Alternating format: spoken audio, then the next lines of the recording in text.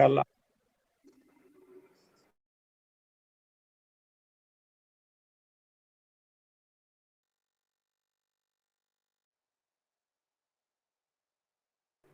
ওকে ভাইয়া, thank you. আমি within a minute শুরু করছি ইনশাআল্লাহ।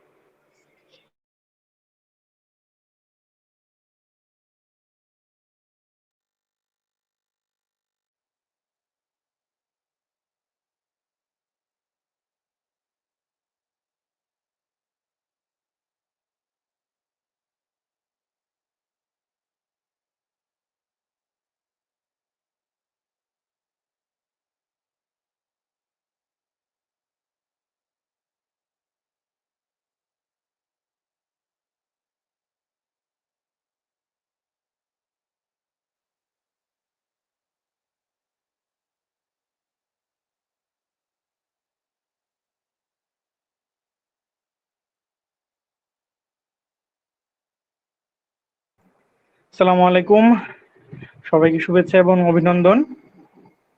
আজকে আমরা ইউএসএফ কর্তৃক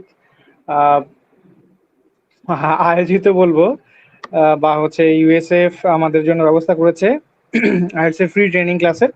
তো সেই ক্লাসের আজকে আমরা 5th ক্লাসে আছি আলহামদুলিল্লাহ।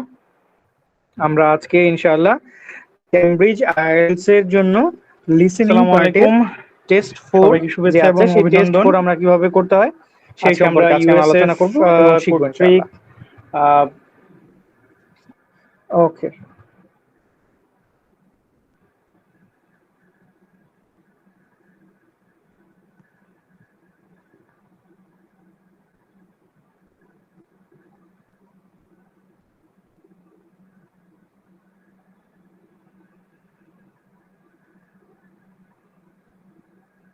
আচ্ছা, আমার স্ক্রিনটা যদি দেখা যায় কেউ একজন একটু বলবেন। আজকে মিরাজ ভাই একটু ব্যস্ত, ওনার দাদি অসুস্থ। জি স্যার, দেখা যাচ্ছে। আচ্ছা আচ্ছা আচ্ছা আচ্ছা, তো আপনারা কাইন্ডলি ওনার দাদির জন্য দোয়া করবেন যাতে ওনাকে আল্লাহ সুস্থ করে দেন অতি দ্রুত। এর মাঝে উনি আমাদের জন্য সময় দিয়েছেন টেকনিক্যাল হেল্প করার জন্য, এই জন্য ওনাকে অসংখ্য ধন্যবাদ। আল্লাহ ওনার দাদিকে অতি দ্রুত সুস্থ করে দিক। ওকে, সেকশন 4। আচ্ছা, তো মিরাজ ভাই যেহেতু একটু ব্যস্ত থাকবেন, আপনারা কাইন্ডলি যে কেউ একজন যদি কোনো কারণে আমার এখান থেকে কানেকশন ছুটে যায়, আপনারা আমার কথা শুনতে না পারেন অথবা স্ক্রিন দেখতে না পারেন, আমাকে হোয়াটসঅ্যাপে টেক্সট করতে পারেন। আই থিঙ্ক আপনাদের কাছে আমার হোয়াটসঅ্যাপ নাম্বারটা আছে। আর যদি এমনিতে কোনো সাউন্ডের প্রবলেম হয়, আপনারা যে কোনো একজন মাইক একটু অন করে আমাকে বলতেও পারেন, তাহলে ইনশাআল্লাহ কমিউনিকেটিভ ওয়েতে আমরা ক্লাসটা আগাতে পারবো। ওকে, সেকশন 4।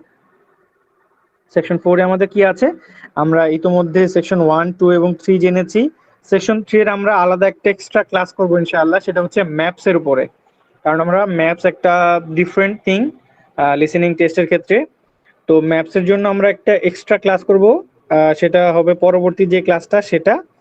তবে আজকে আমরা ক্যামব্রিজ লিসেনিং টেস্টে সেকশন 4 পড়ব। ওকে, তো এখানে আরেকটা একটা কথা আমি বলে রাখি, দেখা যাবে যে সেকশন যেহেতু 4, সেকশন 4 এর মধ্যে একটা পডকাস্ট হবে। সরি, পডকাস্ট তো সবগুলাতেই হবে। এখানে পডকাস্ট বলতে এখানে হবে একটা মনোলগ। মনোলগ কি আমরা জানি, মনোলগ হচ্ছে একজন যেখানে কথা বলে, তাই না? যেখানে একজন স্পিকার থাকবে, সেই স্পিকারের কথা থেকে আমরা আমাদের অ্যান্সার গুলো কালেক্ট করতে হবে, সেটা হচ্ছে মনোলগ। তো এখানে একটা মনোলগ থাকবে এবং এটা থাকবে তুলনামূলকভাবে কিছুটা fast.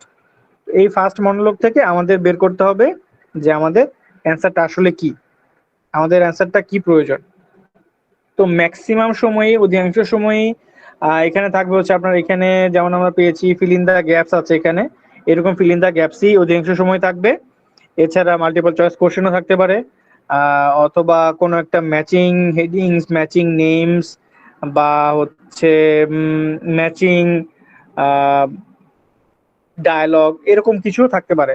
But most of the cases আমরা আশা করতে পারি যে আমরা এইরকম ফিল ইন দ্য গ্যাপস যে আছে, ফিল ইন দ্য গ্যাপস পাবো। তো এখানে first of all important thing হচ্ছে আমাদের ইনস্ট্রাকশনটা পড়া। বলেছে কমপ্লিট দ্য নোটস বিলো, এখানে যে নোটসটা আছে এটা কমপ্লিট করার ব্যাপারে আমরা ইনস্ট্রাকশনটা অবশ্যই পড়বো। এটা হচ্ছে আমাদের ইনিশিয়াল কাজ লিসেনিং টেস্টের জন্য। যে ইনস্ট্রাকশন কি দেওয়া আছে, এখানে বলে দেওয়া আছে রাইট ওয়ান ওয়ার্ড অনলি, অবশ্যই একটা ওয়ার্ড লিখতে হবে, কোনো নাম্বার না কিছু না, যদি নাম্বার হয় তাহলে শুধু নাম্বার, যদি ওয়ার্ড হয় শুধু ওয়ার্ড, একটা ওয়ার্ড। তো এক্ষেত্রে অনেক সময় মনে হতে পারে যে এখানে হয়তো বা দুইটা ওয়ার্ড হতে পারে, হ্যাঁ, একসাথে দুইটা ওয়ার্ড সম্বলিত কোনো একটা অ্যান্সার হতে পারে, বাট আমাদের যেহেতু এখানে দুইটা ওয়ার্ড লেখার সুযোগ নাই, সেই হিসেবে কোন ওয়ার্ডটা একদম অ্যাপ্রোপ্রিয়েট, কোন ওয়ার্ডটা না দিলেই আমাদের অ্যান্সারটা হচ্ছে না, এবং কোন ওয়ার্ডটা আমরা অ্যাভয়েড করতে পারি ইন টার্মস অফ 2 or 3 ওয়ার্ডস, সেটা আমাদের একটু বিবেচনা করতে হবে, সেটা বিবেচনা করে তারপর আমাদের অ্যান্সারটা করতে হবে। Okay, let's drive into the question. Geography, এখানে হেডিংটা দেখে আমরা বুঝতে পারছি এখানে যে আলোচনা হবে জিওগ্রাফি নিয়ে, কোনো একজন গবেষক কোনো একটা আর্টিকেল সম্পর্কে বা কোনো একটা পেপার সম্পর্কে উনি কথা বলবেন। এখন যেহেতু এখানে জিওগ্রাফি টপিকটা আছে, আমরা বুঝতে পারছি পুরো টপিকটার আলোচনাই হবে জিওগ্রাফি কেন্দ্রিক। ওকে, এখানে কিছু পয়েন্টস আছে, যেমন first of all, studying geography helps us to understand. আপনাদের খেয়াল রাখতে হবে কখন আপনারা এই কিওয়ার্ডস গুলো শুনেন, studying geography helps us to understand, আমাদেরকে হেল্প করে কি শিখতে, এই শব্দগুলো যখন আমরা শুনবো তার মানে আমরা বুঝতে পারবো যে এরপরে আমাদের অ্যান্সারটা আসছে, বা এই আমাদের পডকাস্ট যেটা আছে সেকশন 4 এর জন্য সেটা শুরু হয়েছে। Okay, the effects of different processes on the dash of the earth. কি হলো? দ্য ইফেক্টস, কোন ইফেক্টস গুলো? ডিফারেন্ট ডিফারেন্ট ইফেক্ট, বিভিন্ন ধরনের ইফেক্ট। প্রসেসেস, কি প্রসেস করে তারা? On the dash of the earth, আর্থের কোন একটা কিছু প্রসেস করে কে? এই ইফেক্টস। কিসের effects? Different processes on the something. ঠিক আছে, তো এটা আর্থের সাথে রিলেটেড। তো আর্থের কি কি জিনিস আছে, যদি আমরা সেগুলো কল্পনা করতে পারি তাহলে আমরা একটা ধারণা করে ফেলতে পারবো যে আর্থের এখানে কি হতে পারে। সেকেন্ড কোশ্চেন, দ্য ডাইনামিক পরিবর্তনশীল between dash and population. Population, এখন যদি আমরা পৃথিবীর কথা চিন্তা করি, পৃথিবীতে কি আছে? পৃথিবীতে যদি আমরা এরকম চিন্তা করি, পরিবেশ আছে, সাথে হচ্ছে আমরা পপুলেশন আছি। হ্যাঁ, পরিবেশের মধ্যে গাছপালা, মাটি, পাহাড়, পর্বত, পানি, বিভিন্ন পশু পাখি সবকিছু ইনক্লুডেড। এইরকম ডাইনামিক কোন একটা পরিবর্তনশীল অবস্থা বোঝাচ্ছে পপুলেশনের সাথে এবং আরেকটা কিছুর সাথে। তো এখানে হয়তো ডিরেক্ট অ্যান্সার নাও দেওয়া থাকতে পারে, বা ডিরেক্ট অ্যান্সার থাকতেও পারে। যদি প্যারাফ্রেজিং করে থাকে সেক্ষেত্রে আমাদের বুঝতে হবে আসলে কি বলতে চাচ্ছে এখানে। Okay, next, two main branches of study. দুইটা মেইন ব্রাঞ্চেস অফ স্টাডি সম্পর্কে বলবে। কাদের? এই জিওগ্রাফি রিলেটেড কথা হচ্ছে, জিওগ্রাফি রিলেটেড হবে। Two main branches, two main parts, two prime, two main branches তো আছে এখানে, সাইডস অথবা এলিমেন্ট, এরকম বিভিন্ন কিছু থাকতে পারে যার মাধ্যমে প্যারাফ্রেজ করে থাকবে। এর পরবর্তীতে আমাদের চিন্তা করতে হবে, okay now I will get the answer. First of all, physical features. দুইটা মেইন ব্রাঞ্চেস আছে, একটা হচ্ছে ফিজিক্যাল ফিচার্স, মানে যেটা আমরা ধরতে পারি, ছুঁতে পারি, যে ফিজিক্যাল ফিচার্স গুলো আমরা দেখতে পারি এবং যেটার অস্তিত্ব আছে। ওকে, আর নেক্সট যেটা, সেটা হচ্ছে human lifestyle and their something, মানে মানুষরা কিভাবে লাইফস্টাইল অথবা তাদের জীবন যাপন করে, they lead their life, the way of leading their life, their way of life. Okay, their livelihood, style of livelihood, their way of livelihood, their means of livelihood, এরকম বেশ কিছু থাকতে পারে। এর সাথে আরেকটা যেটা থাকবে সেটা আমাদের এখানে লিখতে হবে, যে লাইফস্টাইল এবং তার কি সেটা। ওকে, গেল 33। Let's move on to 34। এখানে কি আছে? এখানে আছে স্পেসিফিক স্টাডি এরিয়াস। কি কি স্টাডি এরিয়াস সম্পর্কে জিওগ্রাফি রিলেটেড, জিওগ্রাফির সাথে কি কি স্টাডি এরিয়াস রিলেটেড আছে, বা জিওগ্রাফি পড়তে গেলে আমরা কোন কোন স্টাডি এরিয়াগুলো পড়বো। এখানে একবার অনেকগুলো নাম আছে, এই নামের মধ্যে একটা নাম মিসিং, সেটা আমাদেরকে লিখতে হবে। তার মানে আমাদের সবগুলো খুব মনোযোগ দিয়ে শুনতে হবে। দেখা যাবে কি অধিকাংশ সময় এই জিনিসগুলো সিরিয়ালি আসবে একটার পর একটা, যেমন biophysical, topographic, political, social, economic, historical, dash geography, কোনো একটা কিছুর জিওগ্রাফি, বাট সেটা কোনো একটা কিছু, এন্ড অলসো কার্টোগ্রাফি। ঠিক আছে, কোন একটা জায়গার, কোন একটা প্লেসের, এইরকম স্পেসিফিক কোন একটা প্লেসের জিওগ্রাফি সম্পর্কে এখানে বলবে, সেই স্পেসিফিক প্লেসটার নাম শুধু আমাদেরকে এখানে লিখতে হবে। হ্যাঁ, তো এখানে অ্যান্সার যখন আসবে তখন আমি আরো ডিটেলস বলার চেষ্টা করবো ইনশাআল্লাহ। ওকে, কি পয়েন্ট, এখানে কি কি আছে?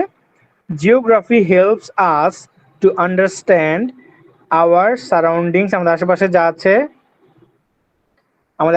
যা আছে বুঝতে চেষ্টা করে, বুঝাতে চেষ্টা করে আর কি, সাহায্য করে। এন্ড দ্য অ্যাসোসিয়েটেড, তার সাথে সংযুক্ত যে জিনিসগুলো, অ্যাসোসিয়েটেড সামথিং। ওকে, অ্যাসোসিয়েটেড সামথিং। তো অ্যাসোসিয়েটেড কি সেটা আমাদের এখানে লিখতে হবে। তো এর আগে আমরা অবশ্যই সারাউন্ডিং শব্দটা শুনবো, অ্যাসোসিয়েট শব্দটা শুনবো, এরপরে বুঝবো যে এরপরে আমাদের অ্যান্সারটা আছে। ওকে, হোয়াট ডু জিওগ্রাফার্স ডু, জিওগ্রাফারদের আসলে কাজ কি, জিওগ্রাফাররা কি করে মেইনলি? ফাইন্ড ডেটা, এক্সাম্পল দিয়েছে এখানে, conduct census, collect information in the form of something.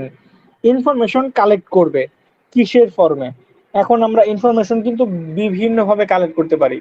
আমরা ইনফরমেশন নাম্বার হিসেবে কালেক্ট করতে পারি, আমরা ইনফরমেশন ডকুমেন্টস হিসেবে কালেক্ট করতে পারি, আমরা পেপার হিসেবে কালেক্ট করতে পারি, আমরা ইমেজ হিসেবে কালেক্ট করতে পারি, তারপরে আমরা ডকুমেন্টের হিসেবে ইনফরমেশন কালেক্ট করতে পারি।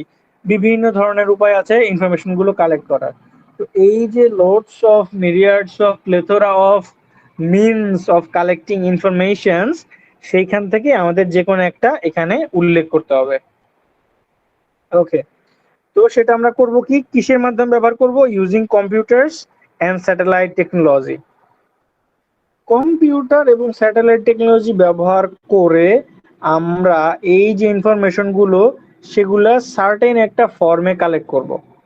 তো সেই ফর্ম বা সেই মিনসটা কি হবে সেটা আমাদের 36 নাম্বারে লিখতে হবে।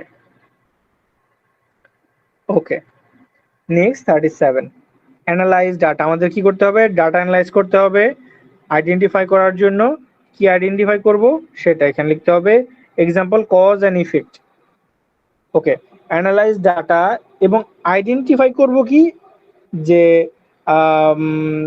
সেটা আমাদের এখানে বলবে। তো আইডেন্টিফাই এবং অ্যানালাইজ ডাটা, এই দুইটা আমাদের মাথায় রাখতে হবে যাতে এটা আমরা শুনতে পারি। এবং এখানে এক্সাম্পল দিয়ে দিয়েছে, cause and effect, cause and effect. ওকে,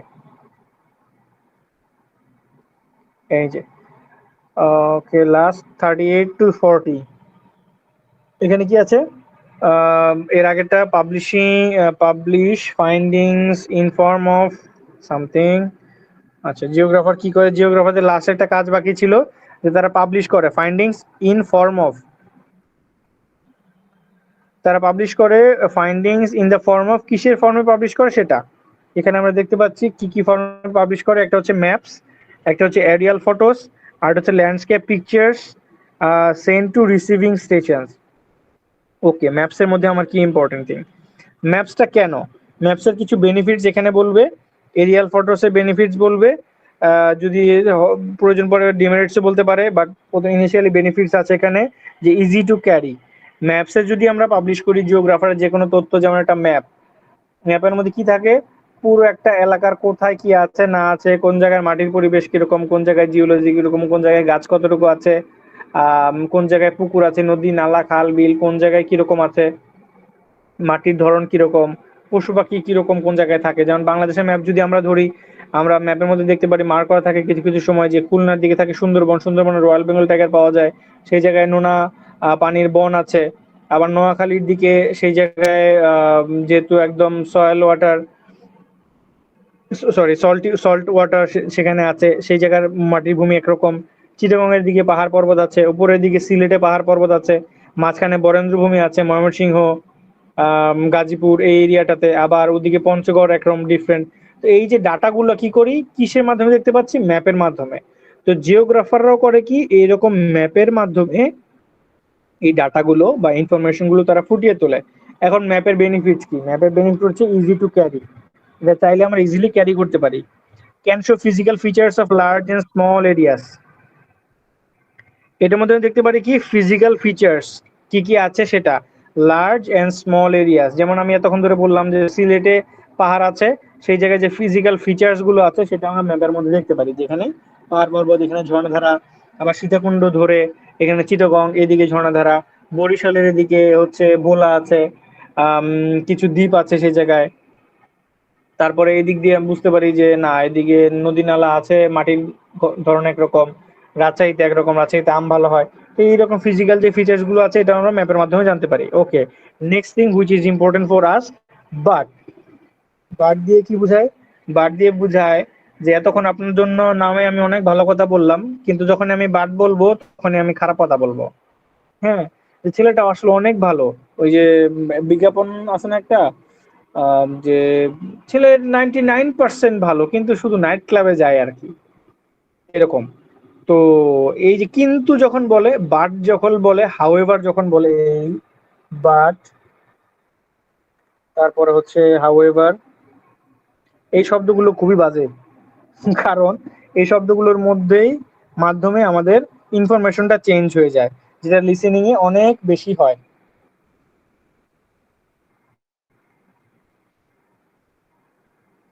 যেটা শিক্ষক সরি, ওকে। তো যেটা হচ্ছে বাট এবং হাউএভার দিলে আমাদের দেখা যায় কি অর্থটাই চেঞ্জ হয়ে যায়। যেমন এতক্ষণ ভালো বললাম, এখন খারাপ বলবো। যদি এতক্ষণ মেরিটস বলি, এরপরে যদি আমি বাট বলি, তারপরে তার মানে হচ্ছে এরপরে আমি ডিমেরিটস বলবো। আমি যদি পজিটিভ সাইডস বলি তারপরে বাট বলি অথবা হাউএভার বলি, তার মানে এরপরে আমি নেগেটিভ সাইডস গুলো বলবো। ঠিক আছে? তো যেহেতু এখানে বাট দিয়েছে,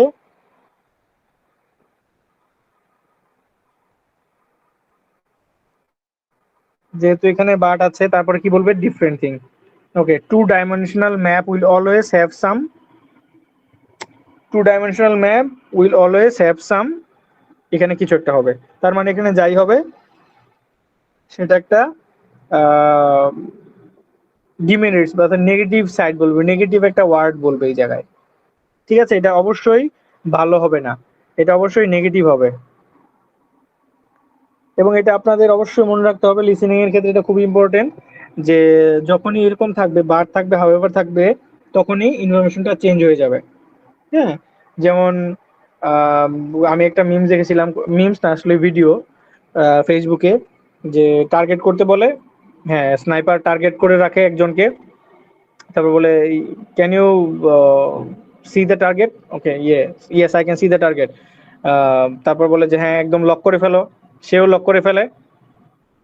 এরপরে লক করে ফেলার পরে ঠুস করে গুলি করে দেয়, কিন্তু তারপরে বলে এটা আমাদের মালিকের ছেলে, এদের একে একে আমাদের মানে সেভ করতে হবে আর কি, বাট ততক্ষণে গুলি হয়ে গেছে। তো লিসেনিং এক্সামেও আপনাদের এরকম হইতে পারে যে আপনারা একটা অ্যান্সার বুঝলেন, লিখে ফেলেন অ্যান্সারটা, বাট সেক্ষেত্রে আপনাদের অবশ্যই সুযোগ থাকবে, যেহেতু আপনাদের লিসেনিং এক্সামের পরে 10 মিনিটস টাইম থাকবে অ্যান্সার গুলো ট্রান্সফার করার জন্য খাতায়। তো তখন আপনারা অ্যান্সার গুলো চেঞ্জ করে ফেলতে পারবেন, বা একবার হলে আপনারা কাটাকাটি করে বা মোছামুছি করে, যেভাবেই হোক, পেন্সিল দিয়ে যেহেতু লিখবেন কাটাকাটির সুযোগ নাই, মোছামুছি করে তারপর করতে পারবেন। আর প্রশ্নে অবশ্যই দাগাবেন, প্রশ্নে পুরোটা কিছু লিখবেন, যা লেখার প্রশ্নে লিখবেন, প্রশ্নে দাগাবেন, কারণ প্রশ্ন আপনাদের পরীক্ষক দেখবে না, এবং প্রশ্নে দাগালে কোনো সমস্যা নাই, প্রশ্নেই দাগাইতে হবে, পরবর্তীতে প্রশ্ন থেকে যে অ্যান্সার শিটটা দিবে সেখানে ট্রান্সফার করতে হবে। ওকে, নেক্সট হচ্ছে এরিয়াল ফটোস। এরিয়াল ফটোস মানে কি? দূর থেকে বা আকাশ থেকে যেই ফটোস গুলো নিবে, ওই যে আমাদের এখানে কি ছিল, স্যাটেলাইট বা কম্পিউটার ইউজ করে ফটোস গুলো নিবে, কম্পিউটার ইউজ করবে, তো সেখান থেকে ফটো নিতে পারে এরিয়াল ফটোস। কি করবে সেটা? Can show vegetation problems, density, ocean floor etcetera. সাথে আরেকটা জিনিস, কিছু একটা ডেনসিটি। হ্যাঁ, ডেনসিটি মানে কি? ঘনত্ব বা হচ্ছে ভিড় বা এই রিলেটেড যে জিনিসগুলো আছে সেটা।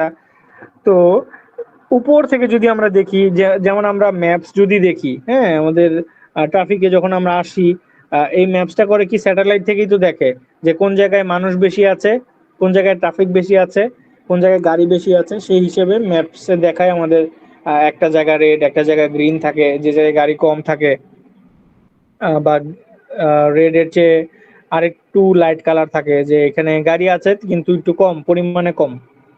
তো এইভাবে যখন আমরা উপর থেকে দেখি ভেজিটেশন প্রবলেম, আমরা দেখতে পারি যে আসলে ক্ষেতের মধ্যে কোন জায়গায় সমস্যাটা হচ্ছে, কোন জায়গায় সমস্যাটা হচ্ছে। তারপরে ওশেন ফ্লোর দেখতে পারি আমরা। তো এখানে এই কিসের ডেনসিটির কথা বলবে সেই জিনিসটা আমাদের এখানে লিখতে হবে। I think clear.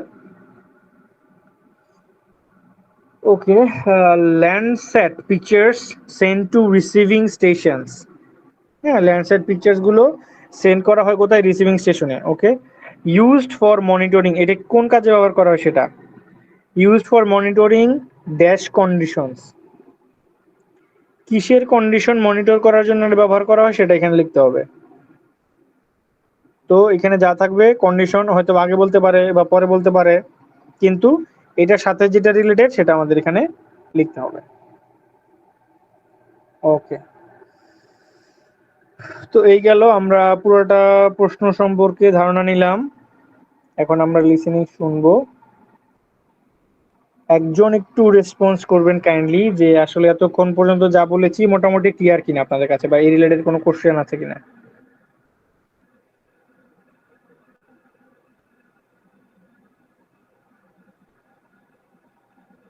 ভলান্টিয়ার করতে পারেন, সমস্যা নাই। না ভাইয়া, clear. Okay, thank you so much. আসলে দেখা যায় ক্লাসে অনেক মানুষ থাকেন, আপনারা পার্টিসিপেট করেন, তো সেই হিসেবে আসলে আমার সবার সাথে ইন্টারেক্ট করার সুযোগ হয় না। বাট যদি ইন্টারাকশন করে ক্লাস নিতে পারতাম, আমি নিজে অনেক মজা পেতাম, আপনারাও হয়তো অনেক ভালো লাগতো। এনিওয়ে, আপনারা, আপনাদের অনুরোধ থাকবে, আপনাদের যে ডিসকাশন গ্রুপটা আছে, সেই গ্রুপে আপনারা কাইন্ডলি আমার সাথে ইন্টারেক্ট করার চেষ্টা করবেন। আপনাদের কাছে এই অনুরোধটা থাকবে। আমি তো আপনাদের বলি যে টাস্কগুলো দেওয়ার জন্য আপনারা প্রথম দিকে দিয়েছেন বেশ কয়েকজনই, কিন্তু এরপরে আর আপনাদের খুব বেশি আগ্রহ দেখছি না, সেটা একটু হতাশাজনক। তো আমি আশা করব আপনাদের যে টাস্কগুলো দেওয়া আছে সেই টাস্কগুলো আপনারা কাইন্ডলি কমপ্লিট করে ফেলবেন, কমপ্লিট করে ফেসবুকে দিয়ে দিবেন আর কি, কমেন্ট সেকশন যেখানে বলে দিয়েছিলাম সেখানে। তাহলে আমি বুঝতে পারবো যে ওকে, আমার ক্লাসগুলো আপনাদের ভালো লাগছে, আপনারা কিছু শিখতে পারছেন। ফ্রি ক্লাস হলেও যে আপনাদের আগ্রহ আছে এবং আপনারা শিখতে পারছেন, সেটা আমি বুঝতে পারবো আর কি। ওকে,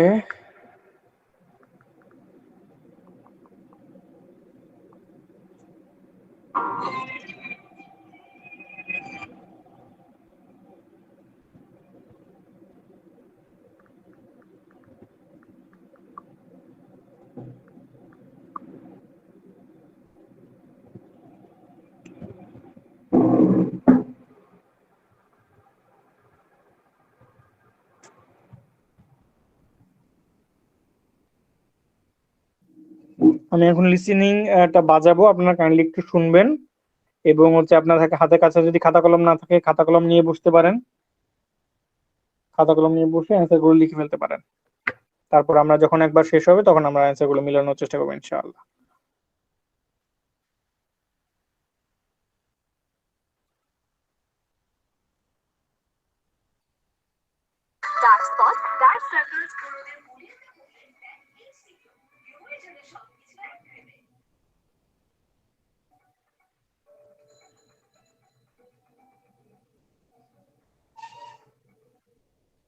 ইউটিউবের অ্যাডের জ্বালায় শান্তি নেই।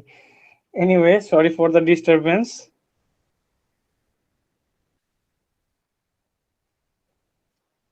Section 4. You will hear a lecturer's introduction to a geography module. First, অডিওটা কি ক্লিয়ার শোনা যাচ্ছে? একজন একটু কাইন্ডলি রেসপন্স করবেন প্লিজ। জি ভাই, শোনা যাচ্ছে। ওকে, ঠিক আছে, থ্যাংক ইউ। আমি তাহলে অডিওটা বাজাচ্ছি, আপনারা কাইন্ডলি একটু নোটিস করবেন, নোটিস করে আপনাদের মতো করে লেখার চেষ্টা করবেন। এবং আচ্ছা, আরেকটা ইম্পর্টেন্ট থিং আমি বলবো ভাবছিলাম, সেটা হচ্ছে যে আপনারা একটা জিনিস করতে পারেন, দেখা যায় কি ইনিশিয়ালি যদি আপনারা এইসব ফিল ইন দ্য গ্যাপস এর ক্ষেত্রে আপনি যদি পুরোটা শব্দ লিখতে চান সেক্ষেত্রে আপনার সময় অনেক বেশি লাগবে। সেক্ষেত্রে আপনারা যেটা করতে পারেন কি আপনারা নিজেদের মতো করে বোঝার জন্য, কারণ আপনার খাতা তো আর অন্য কেউ দেখবে না, আপনার খাতা আপনি নিজেই দেখবেন বা প্রশ্নপত্র যেটা, তো সেখানে যেমন ধরেন ইনিশিয়ালি ধরলাম the effects different process on the dash of the আর্থ, যেমন ধরেন আর্থ, হ্যাঁ, পপুলেশন, সরি, এই পপুলেশনটাই আপনার ধরেন 32 নাম্বারে হবে।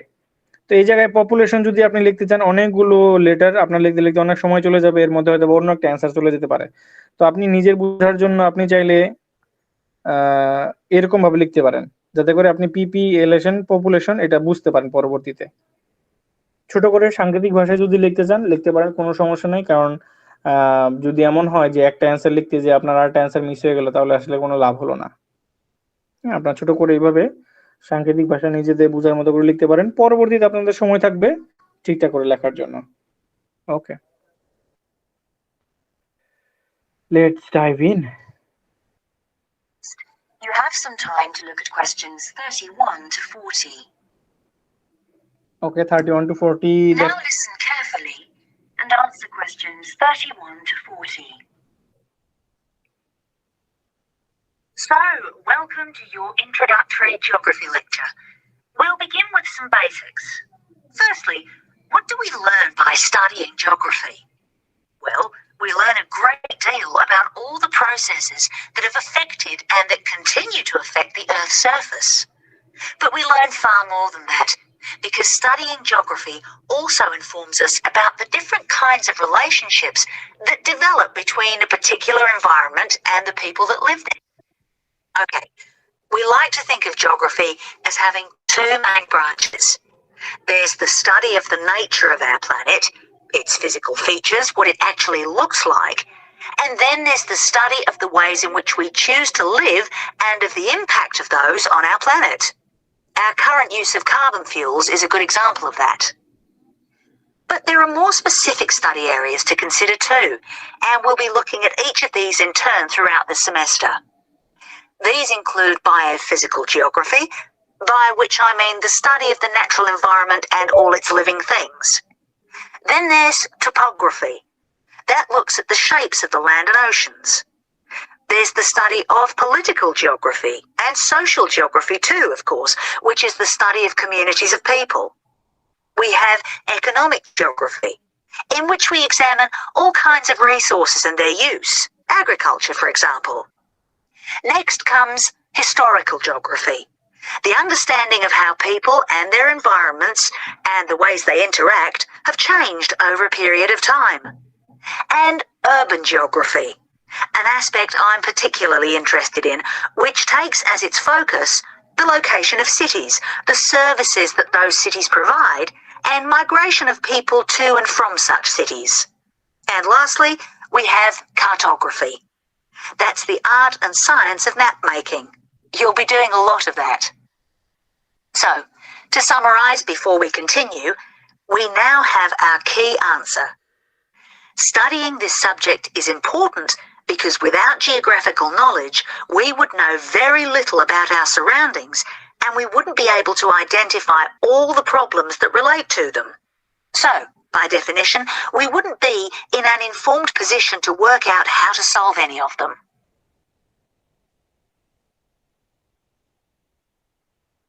Okay, now for some practicalities. What do geographers actually do? Well, we collect data to begin with. You'll be doing a lot of that on your first field trip. How do we do this? There are several means. We might, for example, conduct a census, count a population in a given area perhaps. We also need images of the Earth's surface, which we can produce by means of computer generation technology or with the help of satellite relays. We've come a very long way from the early exploration of the world by sailing ships, when geographers only had pens and paper at their disposal. After we've gathered our information, we must analyse it. We need to look for patterns, most commonly those of causes and consequences.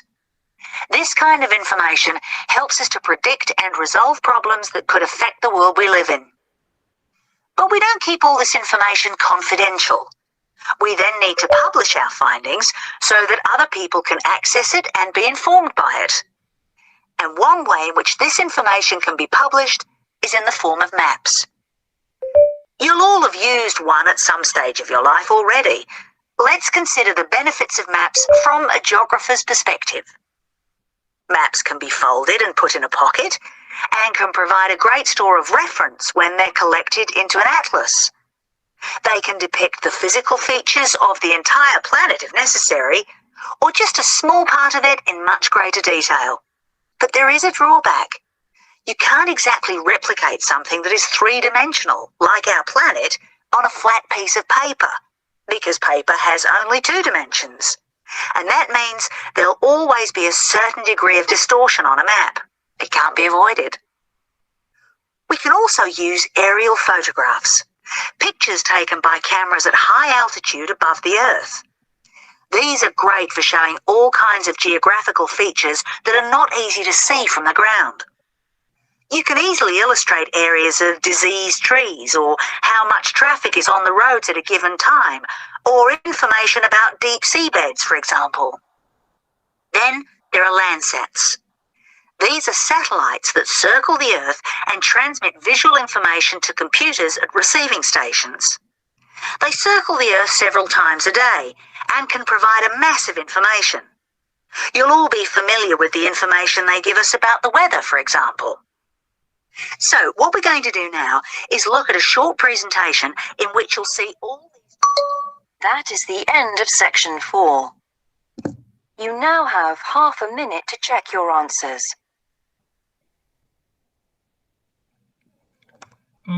Okay. ঠিক আছে, এখানে আমি আপনার notice করেছেন কিনা I am not sure, but আমি কিন্তু যেভাবে পডকাস্টটা বেজেছে সেইভাবে আমি একটা একটা করে ধরে ধরে এগিয়েছি, এবং যেখানে অ্যান্সারটা পেয়েছি আমি চেষ্টা করেছি লিখে ফেলার জন্য, এবং যখনই যেই শব্দটা বলেছে এবং আমি শুনে ফেলেছি সেটা মার্ক করেছি, যাতে করে আমি বুঝতে পারি, ট্র্যাক রাখতে পারি যে কতটুক পর্যন্ত পডকাস্টে এসেছে। আপনারা যদি এরকম ট্র্যাক রাখতে পারেন তাহলে দেখা যাবে কি আপনাদের জন্য সুবিধা হবে পরবর্তীতে, যে আসলে কতটুকু শুনেছি, কতটুকু বলেছে, আমার কোনো অ্যান্সার মিস হয়ে গেছে কিনা, এই জিনিসটা যাতে আপনারা ধরতে পারেন। তো এখানে যেমন হচ্ছে ইনিশিয়ালি প্রথমে বলেছে স্টার্টিং দিয়ে শুরু করেছি, geography helps us to understand different processes on the surface of the আর্থ। আচ্ছা, বেটার হয় যদি আমি একদম টেপ স্ক্রিপ্টে চলে যাই, তাহলে আপনাদের বুঝতে সুবিধা হবে যে কখন আসলে কি বলেছে। Just give me a minute.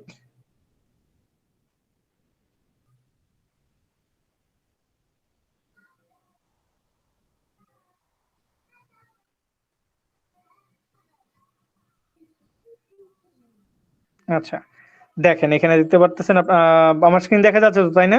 Clear?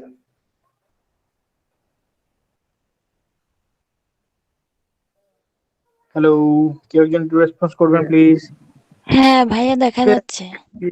Clear দেখা যাচ্ছে। থ্যাংক ইউ আপু, থ্যাংক ইউ ভাইয়া। ওকে, এখানে we learn a great deal about all the processes that have affected, আমি সেকেন্ড প্যারা থেকে পড়ছি, that and that continue to affect the earth's surface। এই যে ইনিশিয়ালি এখানে একদম টোটাল মিনিট, ওকে, এখানে একদম সরাসরি বলেই দেওয়া আছে earth surface, but we learn far more than that because studying geography also informs us about the different kinds of relationships that develop between আমাদের between শব্দটা ছিল কি পয়েন্ট, between বলেছে এখানে particular environment and the people that live there। এখন people that live there মানে কি? that means population, ঠিক আছে? people that live there, that means population। আমাদের পপুলেশন শব্দটা লেখা ছিল প্রশ্নে, বাট এখানে প্যারাফ্রেজ করে দিয়েছে people that live there।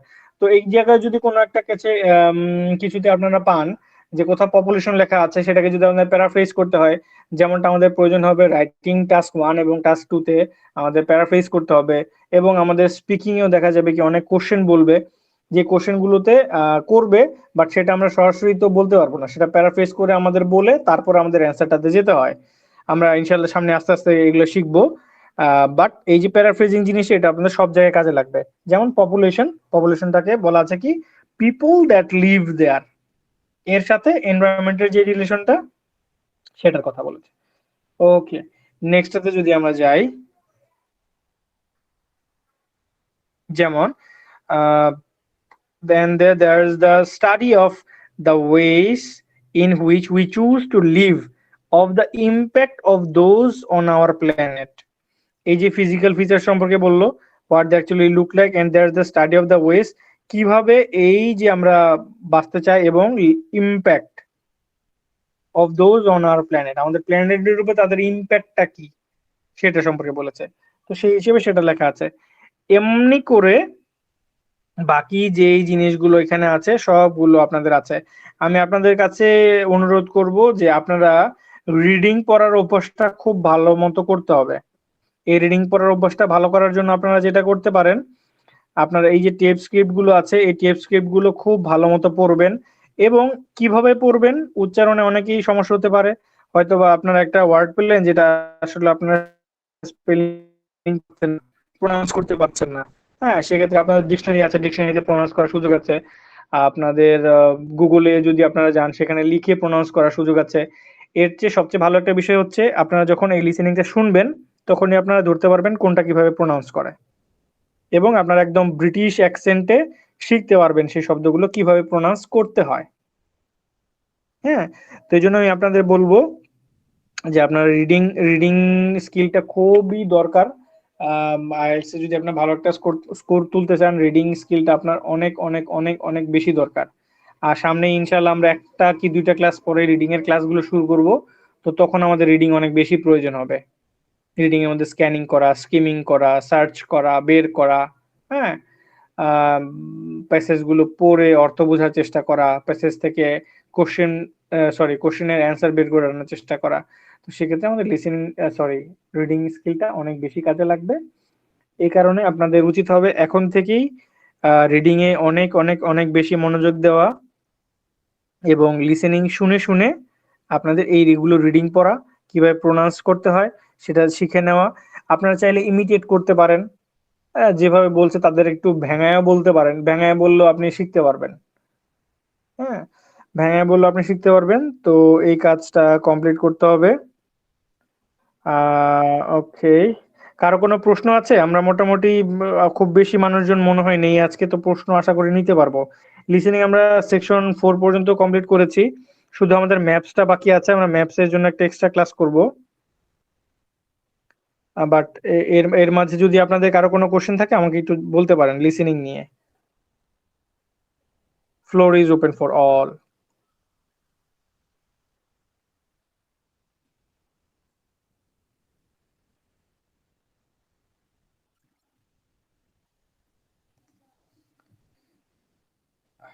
আপনাদের কেউ কি কিছু বলতে চান? কেউ আছেন? কোনো কোশ্চেনস? না ভাইয়া। ওকে, তার মানে কি আপনারা বুঝতে পারছেন সবাই ঠিকঠাক মতো? আমি ধরে নিব এরকম। জি ভাইয়া, কিছুটা বুঝতে পারতেছি। কিছুটা যদি না, কোনো কোশ্চেন থাকলে বলতে পারেন, কিছুটা না পুরোপুরি বুঝতে হবে আলটিমেটলি। যদি মনে হয় যে ভাই এই রিলেটেড যদি একটু আপনি সাজেশন দেন তাহলে খুব ভালো হয়।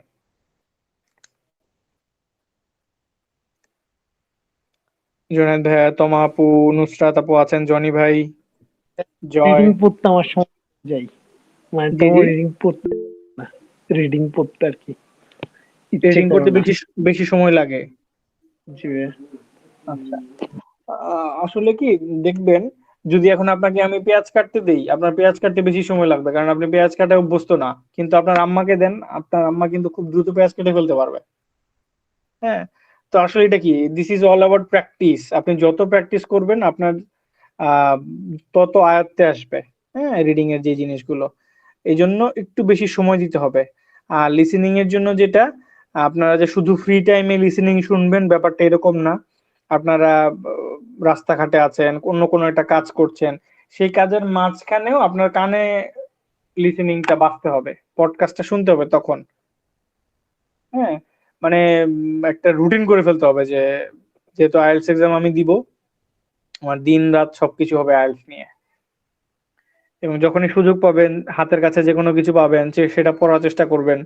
আম, পত্রিকা পড়ার চেষ্টা করতে পারেন। মোবাইলে আহ, যখন থাকেন আপনারা, ফেসবুক ব্রাউজিং করার বদলে আপনারা বিবিসি পোর্টালের বিবিসি নিউজ বা ডেইলি অবজারভার যে অনলাইন নিউজ পেপার গুলো আছে এখান থেকে রিডিং পড়তে পারেন। হ্যাঁ, তাহলে রিডিং ইনশাল্লাহ ফাস্ট হবে। জি ভাই, ধন্যবাদ। ওকে ভাইয়া। আর কেউ আছেন? আর হচ্ছে এখান থেকে আপনার নতুন নতুন ভোকাবুলারি শিখতে পারবেন, কারণ ভোকাবুলারি না শিখলে আসলে রিডিং আপনারা খুব বেশি ভালো করতে পারবেন না যদি বুঝতে না পারেন। আর বোঝার ক্ষেত্রে অবশ্যই ভোকাবুলারি জানতে হবে। Anyone else?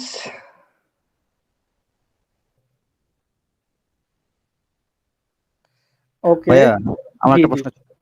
যে অবশ্যই আমার ভাইয়া। মাল্টিপল কোশ্চেন যেটা আছে, হ্যাঁ ওটাতে জি। ওটাতে একটু সমস্যা হচ্ছে, আমার ডিস্ট্রাক্ট হয়ে যাচ্ছে এটাতে। এটার জন্য কোনো আর ট্রিক্স বা কোনো কিছু আছে? ওইটার জন্য ট্রিক্স হচ্ছে আপনি যখন ওই যে আমি আমি যেরকম করলাম আজকে, মার্ক করলাম, আপনি যদি এরকম মার্ক করে করে আগাতে পারেন। এবং আমি একটা পদ্ধতি বলেছিলাম আপনাদেরকে, এক্সক্লুডিং মেথড যেটা, হ্যাঁ, জি। মাল্টিপল চয়েসে যদি যেহেতু আপনার, আচ্ছা আমি একটু স্ক্রিনটা শেয়ার করছি।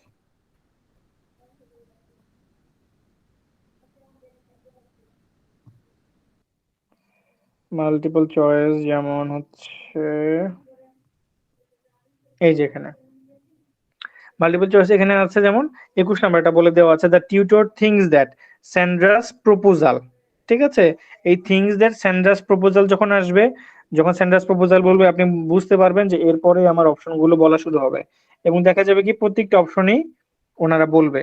তো যখনই বলবে সেই হিসাব করে আপনার প্রিপারেশন নিতে হবে। আগে থেকে তো আপনার পড়ার সময় থাকবে, সেই পড়ার সময়ের মধ্যে আপনার চেষ্টা করতে হবে দ্রুত পড়ে যাতে এই সম্পর্কে ধারণা নেওয়া যায়। কি রকম? যেমন should have reordered in some parts. হ্যাঁ, রিঅর্ডার করার কথা বলেছে। এখন রিঅর্ডার রিলেটেড আর কি কি আপনার সিনোনিমস গুলো আছে সেটা যদি আপনি জানেন, রিশিডিউল করা, রিঅর্গানাইজ করা, হ্যাঁ। তারপরে এখানে আরেকটা শব্দ ছিল, আমি মনে পড়ছে না এখন। তো এরকম বিভিন্ন শব্দ যে থাকবে সেগুলো যখন আপনি একবার পড়বেন, আপনার মাথায় আসবে যে না, এই জিনিসগুলোর এই ধরনের সিনোনিম আছে। অথবা নিডস কন্টেন্টস পেজ, এই যে কন্টেন্টস পেজ, হ্যাঁ, বা এটাকে বলা যায় কি ইন্ডেক্স, হ্যাঁ, বা হচ্ছে ইনিশিয়াল শুরু করার জন্য যেই জিনিসগুলো থাকে এইভাবে প্যারাফ্রেজ করতে পারে। Or two include more information, আরো ইনফরমেশন ইনক্লুড করা দরকার। অথবা এটা নেগেটিভটা বলতে পারে যে তোমার এখানে অনেক ইনফরমেশন আছে, you don't need to put any more information, negative ভাবে বলতে পারে। তো এক্ষেত্রে আপনি করবেন কি, ধরেন একটা আপনি শুনলেন, সি নাম্বারটা আপনি শুনলেন যে এটা নেগেটিভ বলেছে, এটা হবে না, তাহলে সি নাম্বার বাদ, ক্রস। তার মানে আপনার থাকবে এ এবং বি। এখন এখানে আপনার 50-50 চান্স থাকবে হওয়ার, এ অথবা বি এর মধ্যে হওয়ার 50-50 চান্স থাকবে। আগে যেটা ছিল 33%, এখন সেটা হয়ে গেছে 50%। তো এখন যদি আপনি আন্দাজেও দাগান সেক্ষেত্রে আপনার 50% চান্স থাকবে হওয়ার। এটা একটা গেল এক্সক্লুডিং পদ্ধতি, যেটার মাধ্যমে ধরেন বি নাম্বারটা বললে বি নাম্বারটা হবে না, তার মানে এই নাম্বারটা যদি আপনি নাও শুনেন তারপর আপনি বুঝতে পারবেন যে এই নাম্বারটা কারেক্ট। এটা একটা বিষয়। আর একটা বিষয় হচ্ছে ভোকাবুলারি গুলো এনরিচ করা, হ্যাঁ, সিনোনিম গুলো জানা, প্যারাফ্রেজিং গুলো জানা, তাহলে ইনশাল্লাহ আপনার ভালো একটা স্কোর আসবে এবং আপনি মাল্টিপল চয়েস গুলো ধরতে পারবেন ইনশাল্লাহ। এবং এটার জন্য মানে ওই যে তসবির মতো জপতে হবে যে প্র্যাকটিস প্র্যাকটিস এন্ড প্র্যাকটিস। ধন্যবাদ ওকে। ভাইয়া, বুঝতে পারছি। আর ভাইয়া ওই ওকে যে ভাই। জি। অ্যান্সার শিটটা আপনার তো দিলেন না, ওই যে যেখানে আমরা আপনার উত্তরগুলো লিখবো। ওরে, আমি একদম ভুলে যাই, একদম ভুলে যাই। আপনারা চাইলে না এটা ডাউনলোড করতে পারবেন। আপনারা যদি ওই যে গুগলে যেই জাস্ট হচ্ছে আইএলটিএস অ্যান্সার শিট পিডিএফ লেখেন তাহলে দেখবেন যে পিডিএফ চলে আসবে। ওকে ভাই, ধন্যবাদ। ওকে। আর আর কেউ কিছু বলতে চান? আর কার কোনো প্রশ্ন লিসেনিং রিলেটেড?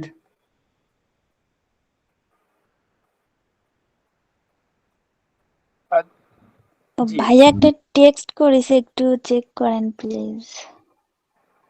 আচ্ছা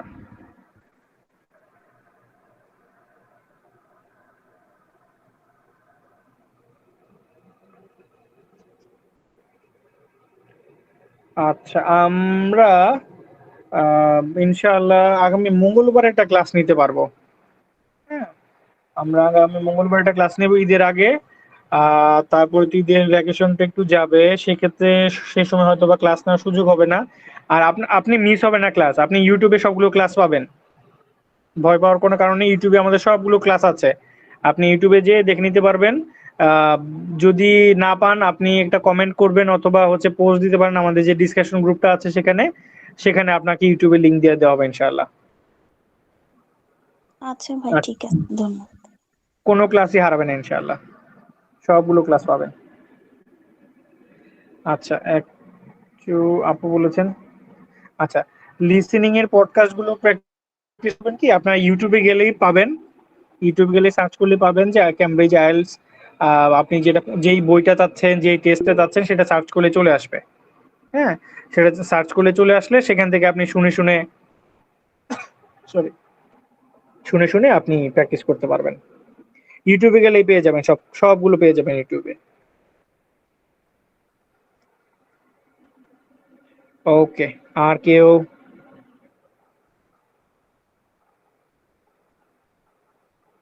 ওয়েলকাম আপু। আর যদি কারো কোশ্চেন না থাকে তাহলে আমরা ক্লোজ করে দিব। আর আপনাদের জন্য বেস্ট অফ লাক, এবং আমি আপনাদের কাছে রিকোয়েস্ট করবো আপনারা প্র্যাকটিস করবেন। আসলে প্র্যাকটিস না করলে আসলে ক্লাস খুব বেশি লাভ হবে না। IELTS is all about practice, এবং হচ্ছে এখানে আপনি আপনার কত ভালোটা শো অফ করতে পারবেন। যেমন সামনে ঈদ আসছে, দেখা যায় যে ঈদে আমরা সর্বোচ্চ যেই ভালো জামাটা সেটা পরার চেষ্টা করি, কারণ একটু শো অফ করার চেষ্টা করি যাতে আমাকে সুন্দর লাগে দেখতে। তো আইএলটিএস এক্সামের ক্ষেত্রেও আপনার ইংলিশের সর্বোচ্চটা আপনাকে শো অফ করতে হবে, আপনি কত ভালো পারেন সেটা শো অফ করতে হবে, তাহলেই আপনি ভালো একটা স্কোর অর্জন করতে পারবেন ইনশাআল্লাহ। ঠিক আছে, তাহলে এ পর্যন্তই, সবাইকে অনেক অনেক ধন্যবাদ। আজকে এ পর্যন্তই বিদায় নিচ্ছি। আসসালামু আলাইকুম।